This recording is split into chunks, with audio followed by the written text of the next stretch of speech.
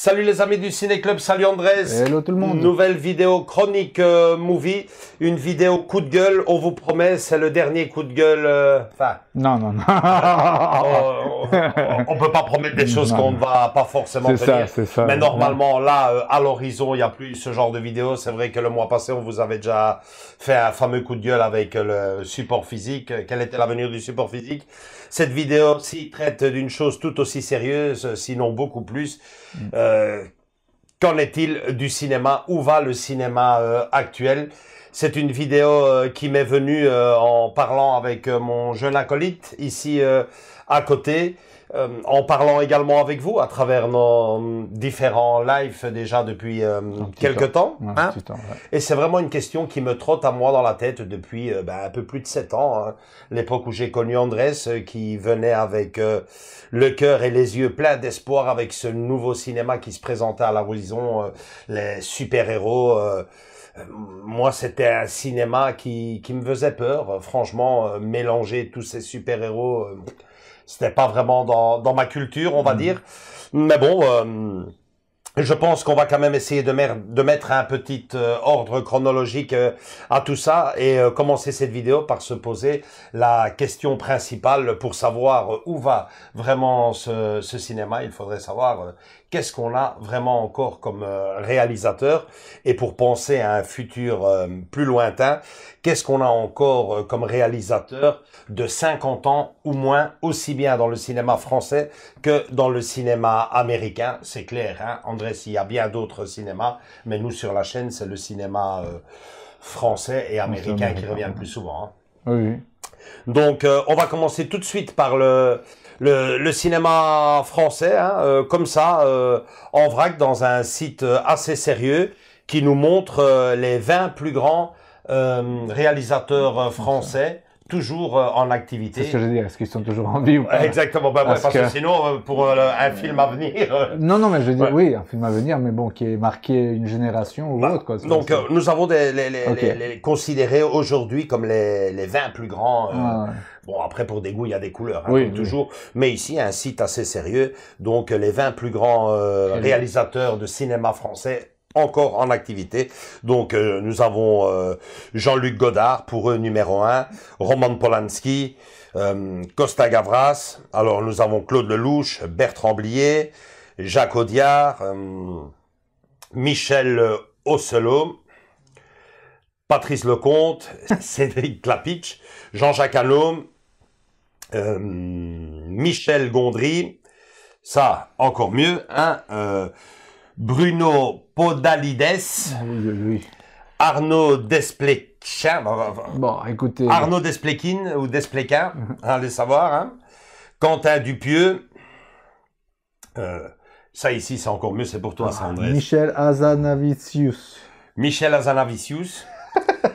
Alain Cavalier, Gaspard Noé, Xavier Beauvois, Abdelatif Keshish et en 20e position quand même Luc Besson. Alors pour vous faire c'est le top 20 et il y en a, ça monte jusqu'en 50. Mais j'ai préféré m'arrêter au 20 et pour vous donner une petite idée, Andrés, sur ces 20 grands réalisateurs français qui ont marqué quand même, qui sont encore vivants. Hein, on est clair. Ouais. Sur ce top 20, il n'y en a qu'un seul qui a 50 ans au moins. Il s'agit de Quentin Dupieux. Tout le reste a au moins 53, 55, 60. Luc Besson maintenant a dépassé la cinquantaine? Bien sûr. Okay. Ils sont tous dans une tranche d'âge qui dépasse les 50 ans. Donc tu prends, on pourrait rajouter dans cette liste-là, moi des jeunes comme ça que je vois, tu as Guillaume Canet qui pour moi quand même est un réalisateur qui a fait quand même des petits films qui me plaisent. Hein. Moi, je pense notamment au Petit Mouchoir, les deux parties. Martin Bourboulon, je le dis parce qu'il y a pas longtemps, on a encore présenté le coffret des Trois Mousquetaires. Avant ça, il m'avait fait découvrir Eiffel, un film que je n'ai pas aimé du tout. D'Artagnan, par contre, j'ai aimé. Mais bon, voilà, il y a de quoi... Il y a des petits qui... Enfin, des petits, on va être clair, des jeunes réalisateurs qui se font un peu remarquer. Bah justement, et moi j'en vois quasiment pas quoi. Quasiment pas. Bah, ici, mais il y en a. Mais tu as Quentin Dupieux et Guillaume Canet et Martin Bourboulon, le reste. Donc moi, Quentin Dupieux, c'est vraiment pas mon cinéma, en tout cas. Mais j'insiste toujours pour des goûts, il y a des couleurs. Donc, vous voyez, sur ce top 20, on n'en retient qu'un qui a moins de 50 ans et qui est là. Et puis moi, j'en ai trouvé deux autres, hein, Guillaume Canet et Martin Bourboulon. Donc voilà pour le cinéma français. Reconnais Andrés et chers amis que c'est plutôt alarmant. Tu me diras, on va aller voir un peu du côté du cinéma américain. Alors si pour le cinéma français, Andrés, c'est pas très gai, hein, l'avenir à l'horizon, bof. Tu conviendras, toi, de toute façon, tu te dirais, bon, bah, moi, tu sais, comme beaucoup de jeunes aujourd'hui, le cinéma français, c'est pas mon truc. On va vous montrer maintenant un peu ce qui attend le cinéma américain. Donc, le cinéma américain des plus... les réalisateurs qui sont pour le moment dans le coup, dans le top 10, selon ce site, bon, bien sûr, il y en a des tas, hein, il y en a des tas d'autres, mais ils ont retenu 10 réalisateurs qui, selon des sondages, sont des noms qui reviennent le plus souvent. Ben, tu as Tim Burton, David Fincher, Shyamalan, Bryan Singer, Steven Spielberg, John Lasseter, Darren Aronofsky, David Lynch, John McTiernan, James Cameron, Christopher Nolan. On pourrait rajouter bien sûr Ron Howard, Robert Zemeckis, Clint Eastwood, allez-y. Mais sur ce que je viens de vous donner maintenant, figure-toi qu'il n'y en a aucun qui a moins de 50 ans. Ouf. Donc, moi, je trouve ça plutôt alarmant quand on sait que Steven Spielberg était âgé de 29 ans lorsqu'il a réalisé son premier Jaws. Hein. On ne parle pas de duel. Non, vraiment la consécration. Jaws, le film qui est aujourd'hui... Quand il a cassé la baraque. Ouais, quand il a vraiment triomphé, pour la petite histoire, le premier blockbuster de l'histoire du cinéma, il avait 29 ans. Quand Robert Zemeckis a réalisé la première partie de la trilogie Retour vers le futur, il en avait 33. Et lorsque le grand George Lucas, que tout le monde adore, à travers son immense Star Wars, a ouvert le bal, il en avait également 33. Plutôt inquiétant. Alors moi personnellement, je me pose des questions et je regarde un peu ce qui se fait pour le moment dans le cinéma. Un cinéma qui, comme je l'ai dit en début de vidéo, depuis 7-10 ans, moi personnellement m'inquiète avec tous ces super-héros et ces éternelles suites. Alors voilà, toi Andrés, quand je t'ai connu, tu étais vraiment fan de ce qui allait venir. C'était occupé à se faire, ça avait déjà commencé. Ça avait déjà commencé, mais c'était pas les grosses affiches que ça faisait maintenant. Ça faisait beaucoup de bruit, ça faisait rêver à plus d'un, évidemment. Mais malheureusement, ça a pris une direction en tout cas que moi je m'attendais pas, quoi. Et c'est pas à défaut d'idées, de scénarios et d'innovation, point de vue scénario, tu vois, qui manque dans ce genre de monde, surtout, tu vois. Moi, j'en conviendrais, enfin, j'en ai vu quasiment aucun, enfin, j'en ai vu quelques-uns, mais on peut dire quand même que le cinéma Marvel a quand même été une réussite chez les plus jeunes, non? Justement, mais on te gave maintenant de Marvel.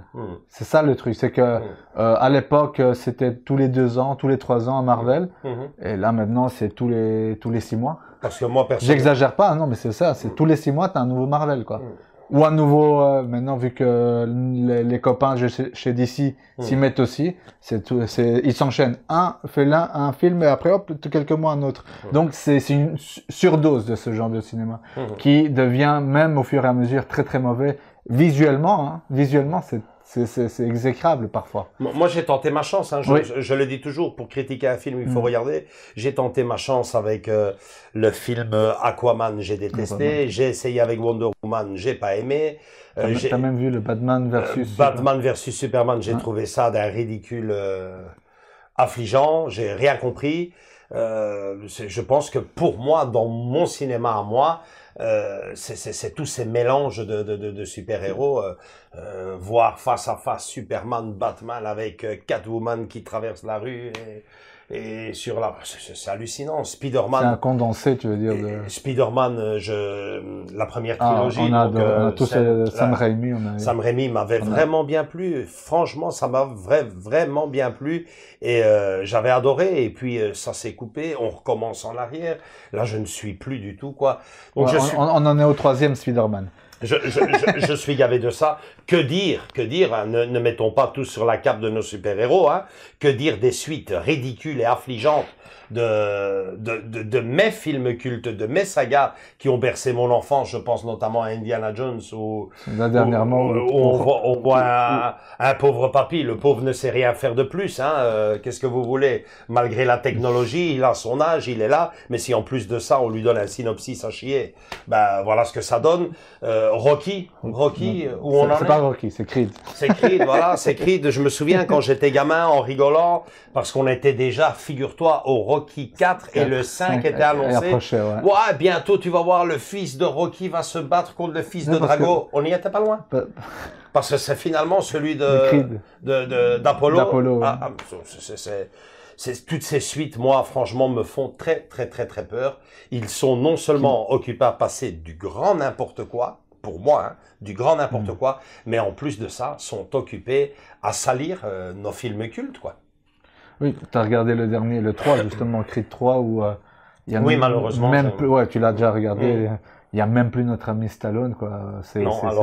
Alors qu'il faisait le 1, le 2, il était là toujours, tu vois, il était présent, quoi. Non, ouais. Pourquoi pas finir en beauté, je sais pas, tu vois, faire je sais pas ce qui s'est passé maintenant, peut-être qu'il a pas mais là on montre encore une fois, parce que beaucoup beaucoup parleront de Rocky avec un sourire au coin, mais on voit directement que quand le vieillard n'est plus là, ben ça marche plus. Ni plus ni moins, le vieillard était là, Rocky même la promotion, tu vois, la pub, comme on dit. T'as vu grand chose, toi, de ça? Moi, pas grand chose, hein. Moi qui traîne sur Internet, vrai que à part les bandes annonces, quelques affiches, mais très discrets, tu vois. Pas comme tu te rappelles quand ils avaient fait la publicité de Rocky 4, non? Qu'il allait revenir au cinéma. Ah ouais, quand ils avaient fait la version remasterisée. Exactement, que ça avait fait. La version complète. Ça avait fait une pub de malade, quoi. C'était, tu voyais Rocky dans le studio, ils étaient, tu vois ce que je veux dire? Là, moi, j'ai pas beaucoup vu, tout y passe. Là, mon t-shirt, James Bond, mais qu'est-ce qu'ils me font, quoi? Je me vois encore allongé dans mon fauteuil, occupé à regarder le dernier James Bond. Ils me l'ont tué, quoi. Ils me l'ont tué. Je dis, mais où on va? Maintenant, c'est qui? Ça va être une femme, maintenant? Donc, Disney, ça va venir après. Par après. Mais bon, les suites, moi, me font très peur parce que il y a des suites qui sont très réussites, hein, très réussites. Mais je pense notamment dans un premier temps à Star Wars. Hein, les 3 premières. Donc moi, la guerre des étoiles, l'Empire contre-attaque, donc le nouvel. Ouais, le nouvel la préquelle, oui. Ouais, donc la préquelle, tout simplement, voilà, la préquelle, c'était assez réussi. Et surtout le charme, même si pour nous, les jeunes, ça a été une révélation, mais pour nous. Les gens ne s'en souviennent plus, mais pour nous, on était déçus. On était là, on dit, ouais, mais si on a été voir le 1, c'est parce qu'on voulait voir Vador. On veut voir Vador. À défaut de Vador, on voyait Yoda, et puis ce petit gamin, Anakin, ben oui, c'est lui, Vador. Finalement, tout ça pour 5 minutes, un petit coup de respiration. Quelque part. Ouais, bon, mais finalement, bon, tout cet assemblage, ok. Mais non, encore. On en est au 10e ou au 9e, je ne sais plus. 10e, si je me trompe pas, 3 ou 4 séries de 10 à 20 épisodes chacun. Et tu m'as dit qu'ils avaient confirmé pour 3 autres titres. Moi, on ne sait plus où donner de la tête. Voilà, et donc voilà, c'est là maintenant des séries télé, ça je vais revenir aussi juste derrière, les séries qui touchent à l'emblématique, à l'intouchable Seigneur des Anneaux, par pitié, quoi. Par pitié. Ça, je l'ai pas su, je ne saurais pas t'aider malheureusement, mais oui. Et des films, on va faire des suites maintenant de vieux titres qui ont marqué le cinéma quand même de notre adolescence, en tout cas de mon adolescence. Les Goonies, j'ai entendu depuis la nuit des temps, ils vont faire un 2e. Bon, je crois que c'est une mauvaise blague. Les Gremlins, j'entends même qu'ils vont faire une version maintenant de Retour vers le futur, une nouvelle. Franchement, c'est tout et n'importe quoi.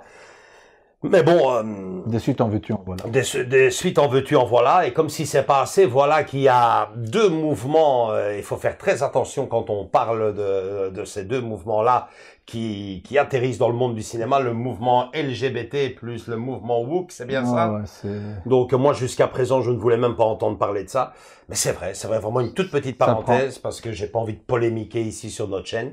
Mais voilà quoi, ouais... je ne comprends plus. Franchement, là, je ne comprends plus. Aussi bien pour un homme de couleur, moi, ça m'a jamais dérangé, moi.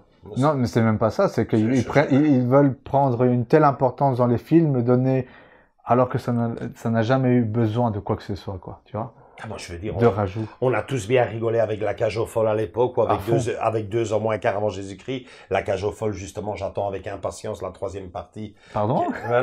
Qui n'est jamais sortie en vidéo. Moi, c'est ce que je dis, pardon. Elle se marie, ça s'appelait Elle se marie, et je l'avais vue au cinéma, et donc je l'attends avec impatience. Ah bon? Mais je veux dire, ça a jamais dérangé.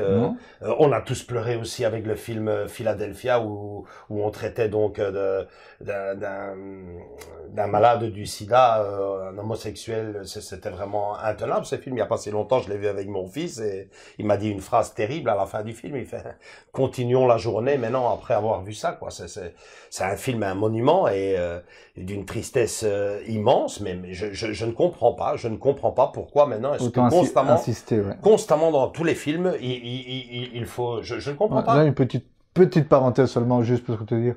Moi, je t'avais parlé qu'ils avaient fait Chucky, la série avec tous les nouveaux, enfin tous les anciens acteurs revenaient, etc. Et au milieu de ça, on me met ça, du contenu comme ça. J'ai regardé 1 ou 2 épisodes et après, on arrête tout. Ça m'a énervé plus que tout. On met bien l'accent dessus, mais les gars, vous avez pas besoin de ça. Chucky, c'est pas ça, les amis. Hein. Et ça m'a tellement, j'ai dit, écoutez, ils insistent, non mais c'est vrai, mais ils insistent vraiment. Regardez, regardez, il y a ça, on est là, ça va, on veut pas voir ça, on veut regarder notre ami la poupée sanglante, quoi, c'est tout. Traiter des gens de racistes parce que la petite sirène est boudée. Mais je dis, mais c'est pas question de ça. Si un jour on ferait un film sur la vie de Mike Tyson, de Mohamed Ali, ça a déjà été le cas, un superbe film, hein, avec Will Smith, personne n'a crié au racisme parce que Will Smith jouait le rôle de Ali. Hein, on est bien d'accord, c'était une petite merveille ce film. Je dis, mais si on ferait un film maintenant de Mike Tyson et qu'on mettrait un joli blond à la place, moi c'est ça quoi, les enfants sont habitués. Même nous, on a grandi avec cette image-là de la petite sirène. Pourquoi changer ça quand je vois le Pinocchio de Robert Zemeckis qui avait tout pour aller au cinéma dans une salle obscure. C'était Robert Zemeckis qui faisait ça. Tu avais Tom Hanks qui était là. Tom Hanks derrière la caméra. Enfin, devant la caméra, pardon. Tu avais à la musique Alan Silvestri pour la musique. Il y avait tout. C'est ce qui a fait le film Le Pôle Express et le drôle de Noël de Monsieur Scrooge. Oui. C'était vraiment les mêmes ingrédients. Mais il y a un moment donné, je me dis, mais ils le font exprès, ils font ça pour provoquer. Alors, on prend la fée, petite, grosse, chauve et black. Pourquoi? Je ne comprends pas. Franchement, je ne comprends pas si c'est de la provocation. Alors que La Belle et la Bête, Belle... On n'a pas changé Belle, enfin on comprend pas. Enfin je te dis, moi je pense que c'est des règles ou des changements chez Disney qui ont fait. On change, et pas que chez Disney, c'est généralisé maintenant, hein. Que ce soit Disney, Netflix et tous les autres compagnies, ils font la même chose. Et Dieu sait qu'il ne s'agit pas ici de racisme ou quoi que ce soit, parce que un de mes acteurs préférés, Morgan Freeman, mais j'adule, moi je vois Morgan Freeman, j'ai directement envie d'acheter le film. Mais il faut placer les choses au bon endroit. Je ne comprends pas. Enfin, franchement, je ne comprends pas. Toi qui aimes le cinéma d'horreur, parce que fermons vite la parenthèse LGBT avant que ça prenne feu. Le cinéma d'horreur. Que dire du cinéma d'horreur, pour l'amour de Dieu? Que dire du cinéma d'horreur? Moi, j'attends depuis... je vais en froisser plus d'un, mais depuis L'Exorciste, j'attends un film d'horreur digne de ce nom, quoi. Un film d'épouvante qui me glace le sang et qui reste culte. comme ceux de l'époque. Qu'est-ce que j'ai, franchement, comment est-ce possible?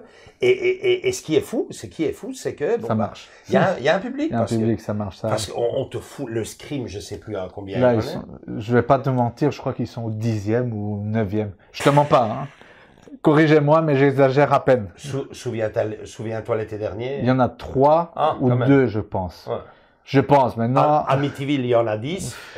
Dedans, du porno. Halloween. Dans tous les goûts, il y a. Halloween, pareil, une dizaine. Les Griffes de la nuit. Là, ils se sont arrêtés au remake là qu'ils avaient fait à l'époque. Mais entre-temps, il a fait se battre avec Jason. Avec Jason Non, franchement, c'est... Et Jason est allé dans l'espace, à mon ami.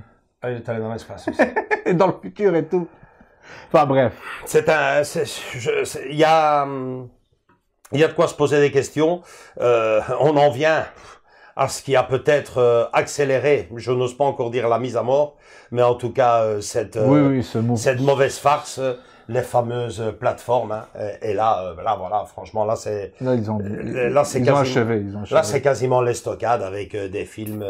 On en a parlé dans notre dernière vidéo. Le support physique, ils en ont strictement rien à foutre. Mais même les salles de cinéma, si c'est possible, on ne passe pas. Mais même les films et les scripts en eux-mêmes, parfois c'est du bâclé, quoi. C'est du bâclé. Que ce soit dans le visuel, que ce soit dans le scénario, tu te dis, mais qu'est-ce qu'ils m'ont foutu encore une fois, quoi. Tu t'ennuies, quoi. Il n'y a pas de renouveau. Parce que tu regardes un film, tu dis, voilà, je sais comment ça va se passer, je connais la fin. Dans les 5 premières minutes du film, tu connais déjà la fin. C'est pas normal, quoi. Ouais. C'est du bâclé. Pour moi, c'est du bâclé. Maintenant, il y a certains qui disent que c'est des chefs-d'œuvre et compagnie. Moi, non, mais les présente, quoi. Tout fait très peur. Tout fait très peur quand on parle à son voisin, quand on parle à... Ouais, excuse-moi. Et en plus, c'est grosse, ça fait partie du bazar. C'est qu'en plus, tu viens de citer quelques noms. Tim Burton, derrière la caméra pour une série de chez Netflix, mercredi. Je t'en ai parlé. Robert Zemeckis, pareil. Il manquerait plus que notre copain Steven Spielberg s'y mette aussi. Guillermo del Toro, c'est déjà fait. Guillermo del Toro, je fais une série avec de l'épouvant. C'est le pognon qui bouge tout ça. Il y a une explication à tout cela. En tout cas, pour moi, c'est l'explication que je vous donnerai en fin de vidéo et on s'y approche. Mais bon, je veux dire, voilà, les plateformes, quand on parle à monsieur tout le monde dans la rue, à son voisin, ou quand on est assis dans un bar, dans un pub, dans notre salle à manger, au boulot, qu'est-ce qu'on entend? Que ce soit des vingtaines, des trentaines, des quarantaines, des cinquantaines, pas de problème là, il n'y a pas de mélange c'est pas un problème de génération, hein, c'est les gens ne regardent plus des films. Quand ils sont malades, ils rentrent à la maison, ils se couchent et ils regardent des séries. Quand le Covid est venu, restez dans votre fauteuil, prenez votre télécommande, regardez vos séries préférées. Gratuitement. Ils ne disent même pas regarder un film. Les gens disent maintenant je vais regarder des séries. Ça fait peur. Ça fait très très très très peur. Moi, franchement, je sais pas si c'est toi qui l'avais mis ou c'est quelqu'un d'autre du groupe dans le Facebook qui avait dit que Steven Spielberg avait déjà annoncé la fin, malheureusement, enfin pas la fin, mais le début de la décadence du cinéma pur de l'époque. Il l'avait déjà dit lui-même, quoi. Il y a 10 ans ou 15 ans, quoi. C'est ce que j'avais dit. Le cinéma a toujours eu ses époques, hein, c'est haut et c'est bas. Ça a toujours été comme ça. Mais là, on a frôlé la catastrophe. Et en fait, ça a été pendant le Covid. Hein. Là, on s'orientait directement vers un monde qui allait changer à 180 degrés. C'est occupé peu à peu, hein. On y arrivera peut-être malheureusement un jour, mais bon, on a frôlé la catastrophe. Je l'ai dit dernièrement, ou en parlant avec toi, où Steven Spielberg félicitait carrément Tom Cruise dans une des réceptions. Il y avait un petit micro planqué, on l'entend quoi, sous-titré, hein, te voilà, comment vas-tu? Bien, il fait, je te remercie d'avoir sauvé le cinéma. Spielberg à Tom Cruise. Il fait si. Ton Maverick a remis les gens au cinéma. Ils ont la petite vidéo là à côté. Ouais, c'était franchement, c'est ce qui nous a sauvés pour le moment. Tout cela, pour moi, a quand même une explication, hein, Andrés, quand on parle, qu'on dit que le football est un sport qui pue le pognon, quand on dit que la Formule 1 pue le pognon, les sports en général médiatisés puent le pognon, Malheureusement, il faut dire aussi que le cinéma pue le pognon également. Notre cher cinéma pue le pognon également. Ça puait déjà avant. James Cameron en a fait les frais, notamment avec le fameux Titanic. Lui-même, tu me dis tout le temps, il a donné de sa poche pour pouvoir le réaliser. Ah ouais, mais non. Déjà, et là maintenant, c'est vraiment on fait tout et n'importe quoi. Non, mais bon, le truc c'est que quand le cinéma, il n'y a pas de secret. Hein. C'est vrai que c'est des coups de cœur, c'est de la magie, c'est de l'évasion, c'est sûr. Ouais, le cinéma, depuis la nuit des temps, avant toute chose, un film doit être rentable. On fait pas des grands films comme ça pour émerveiller 3-4 personnes. Non, il faut gagner du blé, il faut gagner du fric. Le fameux box-office, ça veut dire quelque chose. Quoi. Les ventes. Et bon, pour gagner de l'argent, qu'est-ce qu'il faut? Il faut attirer le public dans la salle, il faut toucher ce public. Et comment on le touche aujourd'hui? Depuis la nuit des temps, ça a toujours été comme ça. Bien sûr, en le faisant rêver à travers un film de science-fiction ou une animation, mais souvent, t'en conviendras, et vous en conviendrez aussi, en montrant des films d'actualité, quoi. Et l'actualité aujourd'hui, qu'est-ce que c'est? C'est ce que tu vois un peu tous les jours dans ta vie de tous les jours, dans ta vie professionnelle, dans ta vie de tous les jours, en prenant certaines personnes se plaignent, on en revient au mouvement LGBT, ouais, mais pourquoi est-ce que constamment, c'est vrai que moi, quand j'étais gamin, l'homosexualité était tabou. Aujourd'hui, elle ne l'est plus, et donc c'est tout à fait normal d'un côté que, voilà, pour toucher ce public, il faut quand même... Mais est-ce que c'est sûr, est-ce que c'est obligatoire de lui crier haut et fort, tellement haut et fort que ça devient même saoulant, quoi, tu vois? Pour moi. Et même le fait qu'on te dit oui, mais non, mais c'est parce que non, mais c'est constamment, quoi, c'est constamment, et pas que, et si t'es pas d'accord, t'es homophobe et t'es un patriarcat et si tu vas pas... Mais arrêtez avec... Non, ça on est parfaitement d'accord, mais eux, avant toute chose, ce qu'ils veulent, c'est que l'argent soit rentable, que le pognon rentre, ni plus ni moins, et tout dépend de ça, quoi. C'est fini. Tu dois toucher un public, et ce public est de plus en plus large, ouvert d'esprit, et on en arrive là, quoi. Mais ils l'ont vu, ça, à force de forcer, que ce qu'ils ont vu avec Buzz l'éclair, c'est ce qu'ils ont fait avec Buzz l'éclair, ça s'est cassé la gueule, alors que personnellement, ça n'avait même pas besoin d'être là, et le film allait faire... c'est pour les enfants, quoi. Faut pas mélanger les choses, quoi. Il faut penser plus... tu fais un film pour les enfants, pense pour les enfants, pas commencer, oui, mais il faut aussi contenter telle personne ou telle personne. Non, les amis. Ça s'est surtout vu à la dernière cérémonie des Oscars, et à l'avant-dernière, et à celle d'avant, et ça fait le ridicule. Je le dis haut et fort. Moi, en tout cas, dans mon entourage, dans la population n'est pas homophobe. Je connais pas, moi, des homophobes autour de moi, j'en connais pas. C'est vraiment une minorité, ce n'est pas le fait c'est le fait de constamment taper le même scénario, constamment. Ça commence à... Et bien sûr, ça, comme tu dis, toi, personnellement, t'es plus jeune, ça te dérange. Bon, voilà, mais je dis, mais ce n'est pas pour ça que tu es un homophobe ou que tu as un problème avec cette communauté-là. Pas du tout. Moi, ce qui me fait le plus peur aujourd'hui au cinéma, c'est que c'est vrai que, comme je viens de l'expliquer, le fric a une importance capitale, mais c'est que aujourd'hui, malheureusement, il y a un privilège pour la quantité que pour la qualité. Si on peut garder un peu sous la pédale par rapport à un film, non, on va faire vraiment... c'est tout, et c'est n'importe quoi, ça fait peur, l'avenir est bien sombre à l'horizon. Il nous reste... Malheureusement, comme tu dis, ils privilégient ça. Et c'est ce que peut-être, maintenant, je me trompe et je dis de la merde, comme on dit, c'est peut-être que les jeunes réalisateurs sont freinés, peut-être. Moi, je dis ça peut-être, qu'on leur donne un cahier de charge. Mon ami, tu dois faire ça, sinon je fais pas ton film. Hein. Tu vois, peut-être. Parce que moi, ça fait un petit temps où on ne voit rien, quoi. Ah, le dernier qu'on a vu, qui nous intéressait, qui était bien, c'est Muschietti. Tu te rappelles? Avant ça, justement, il avait fait Mama, qui m'a beaucoup plu aussi. Et c'est tout, quoi. Enfin, moi, j'ai pas entendu un autre sortir du lot, tu vois. Là, ce qui paraît, celui qu'on va découvrir. Ah oui, ouais, mais bon. Mais tu vois ce que je veux dire? Tu laisses la petite photo du film. Du film ici à côté. Mais le truc, c'est qu'il y en a, peut-être que le fait, comme tu disais, Steven Spielberg et tous les autres, à partir de 30 ans, 25, 30 ans, ils ont commencé à des films. Il y avait beaucoup moins de contraintes. Parce que Hollywood, c'est toujours ça, c'est un cahier de charge, tu as respecté ça, sinon on te fait pas ton film. Franchement, c'est tout à fait ridicule, mais bon, c'est l'explication que je donne, hein. Une fois, 1000 fois, 100 millions de fois, le pognon.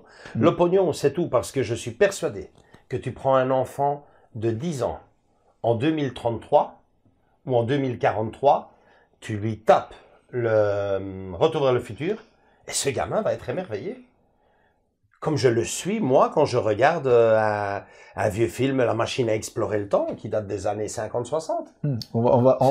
Vous allez me dire, c'est trop vieux. Ces films-là ont un charme, il n'y a pas besoin de constamment, il y a besoin, le fric. Non, tu vas me dire, les 10 commandements, la scène, toutes les scènes en soi, même les décors, tu restes estomaqué, quoi. Tu dis, waouh, comment est-ce qu'ils ont fait ça à cette époque-là?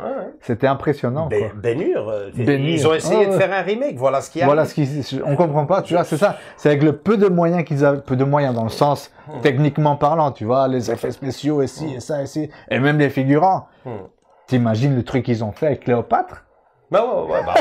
L'entrée de Cléopâtre à Rome restera la scène, une des scènes les plus mythiques de l'histoire du cinéma. Un truc de fou, quoi. Ah ouais, c'était une merveille, ça. Et à l'époque, t'avais pas des fonds verts. Non, mais c'est ça, Tu t'imagines la quantité de costumes qu'il y a dû avoir là pour... C'est ça le cinéma, c'est une merveille. Moi, je me contente juste de ça. Qu'il ne touche pas mes grands classiques. Je sais, malheureusement, le cinéma fantastique, le cinéma d'horreur, ils sont vraiment trop friands là, c'est vraiment trop, ils sont pas assez, ça ils le prennent. C'est pas assez résistant, c'est pas assez solide. Ça, donc, et là ils l'ont réussi, il faut aussi dire les choses, par exemple, le ça, ici dernièrement, pour moi, a surclassé le... A surpassé un peu j'ai vraiment préféré, il n'y a pas de honte à le dire, quand ça vaut la peine d'être fait, mais ça a été fait par un monsieur qui est fan. Et qui a bien pris son temps de le faire. Moi, la première fois que j'ai vu ça en 2h30, mais tu rigoles ou quoi le faire? Ah non, 2h30, 3h, mais x2. Et là, le gars a vraiment fait, il a vraiment rendu hommage. Là, je suis d'accord. Mais s'il vous plaît, là, quand tu prends n'importe qui te dit, allez, fais-moi ce film, et le remake. Toi, tu regardes un peu ici autour de nous, ben tu vois, voilà, Rain Man, voilà, magnifique. Pas de suite. Braveheart, Titanic, s'il vous plaît, quoi, s'il vous plaît, pas de suite à ça, et surtout pas, parce que ça aussi, ils le font, une série tirée du film. Franchement, qu'ils respectent des titres comme ça, et il y en a des tas au cinéma. Là, malheureusement, un peu plus haut, Joker, ben voilà, tu vois, c'est un cinéma qui est malheureusement condamné à avoir des suites. Avoir une suite pour... Et si le premier était magique, ben fort à parier que d'ici 10 ans, on dira ouais, Joker. Ben ouais, c'est le problème, hein, c'est avec Freddy, avec Jason, Vendredi 13, tous ces films d'horreur étaient des très beaux films à la base. Évidemment, t'en mets 10, ben tu te rappelles même plus du premier tellement que les 7-8 autres étaient ridicules. Non, mais justement, moi c'est l'inverse en fait. Ben, j'ai regardé plus le premier et les autres je les ai vus qu'une fois en général. Parce qu'ils m'intéressent pas, tu vois, c'est ça que j'essaie de te dire. Par exemple, je me rappelle plus du 1, de Gremlins, que le 2. Le 2 un peu beaucoup moins, quoi, certaines scènes, quoi. Mais bon, ça c'est... C'est vrai, on n'occupe pas parler de cette vidéo, là, et là tu vois les cadres que j'ai, voilà, Rain Man, Braveheart, Titanic, Shawshank Redemption. C'est ça mon cinéma, et je pense que c'est ça le cinéma tout court, c'est les films qui ne sont pas salis, des films qui sont là, j'imagine pas qu'ils vont te faire une suite de tout ça, quoi, tu sais, c'est ça que je t'expliquais depuis la première fois qu'on s'est rencontrés. Je dis, ben, tu sais, viens rejoindre le ciné-club, tu vas découvrir des perles. Si tu aimes un tant soit peu le cinéma, tu vas adorer. Et bon, ben voilà, ça fait 7 ans que cette histoire dure et, ça a été confirmé. Malheureusement. Mais entre-temps. Malheureusement pour toi, mais malheureusement pour moi aussi. Encore pire. Parce que moi, je demandais pas mieux, que de voir de nouveau des beaux les 3 premiers Spider-Man. Moi, le premier, quand je l'ai vu, ça m'a fait rêver, Je le voyais voler hyper classe. Je dis, waouh, comment c'est beau. Et puis, enfin bon, voilà, quoi. Enfin, il nous restera ça, tous ces grands titres qui qui nous ont émerveillés à nous, on va pas dire les vieilles générations, pas encore quand même, mais voilà, on passe le flambeau et c'est ce qu'il faut faire. Quant à l'autre cinéma, ben, j'espère que tu sais, comme pour tout dans la vie, je pense qu'il y a un moment donné, à force de manger, ça rentre plus, quoi. Non, ça rentre plus. Ça rentre plus. Et ça rentre déjà plus, tu sais. Ouais. Enfin, on va, petite parenthèse, parce que tu l'avais dit au tout début, le fameux Aquaman, enfin, l'Aquaman, c'est toi c'est ce que tu as dit en premier quand tu as regardé. Bah, dis-toi, il y a le 2 qui est sorti, enfin, qui est en train de sortir ou qui est déjà sorti.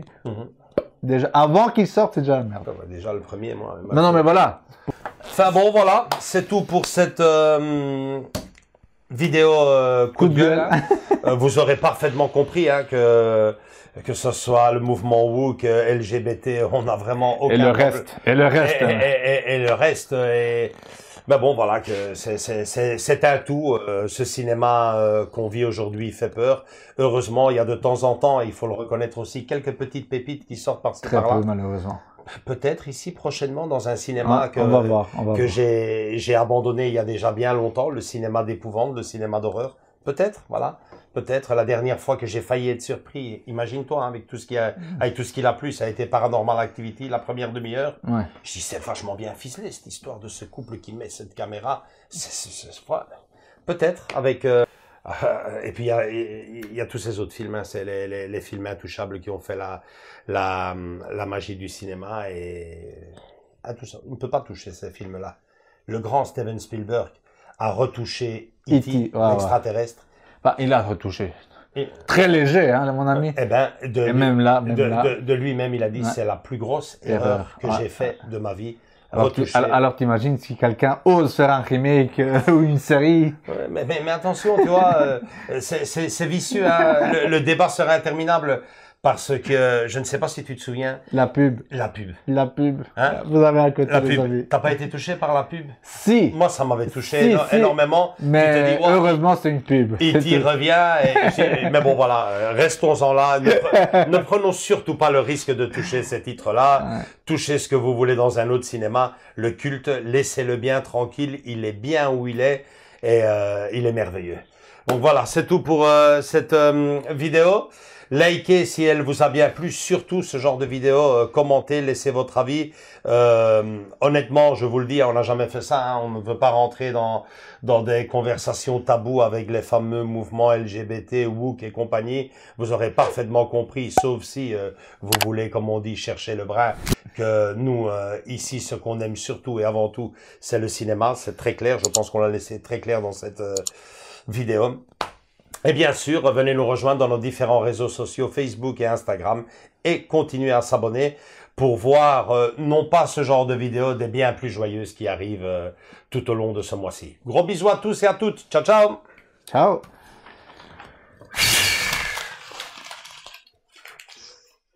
Putain, c'était court quand même, ça va, ça on l'a bien. C'était court quand même. Non, mais on pouvait continuer. Ça aurait été interminable. Hein. Non, mais ça,